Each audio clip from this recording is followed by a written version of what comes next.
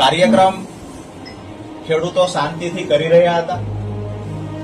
જેને પણ દોડવાના પ્રયત્ન કર્યા હોય, જેને પણ અમારી હિંમત તોડવાના પ્રયત્ન કર્યા હોય, એમને કહીએ છીએ કે 108 દિવસ કરતા વધારે સમય જેલમાં રહ્યા પછી પણ છેલ્લા 8 વર્ષથી જે ખેડૂતો માટેની અમારી લડાઈ ચાલે છે, આ લડાઈને અમે આગળ ધપાવીશું. ખેડૂતોના પાક નુકસાનના વળતરની વાત હોય, અતિવૃષ્ટિ અનાવૃષ્ટિના સમયે ખેડૂતોનું વળતર ચૂકવવાની વાત હોય, હાઈટેન્શન લાઈનનો પ્રશ્ન હોય, જમીન સંપાદનનો પ્રશ્ન હોય, સિંચાઈના પાણીનો પ્રશ્ન હોય, જ્યારે પણ ખેડૂતોએ અવાજ કર્યો છે અને મદદ માંગી છે, ત્યારે અમે ખેડૂતોની સાથે ખંભે ખંભો આપીને ઉભા રહ્યા છીએ.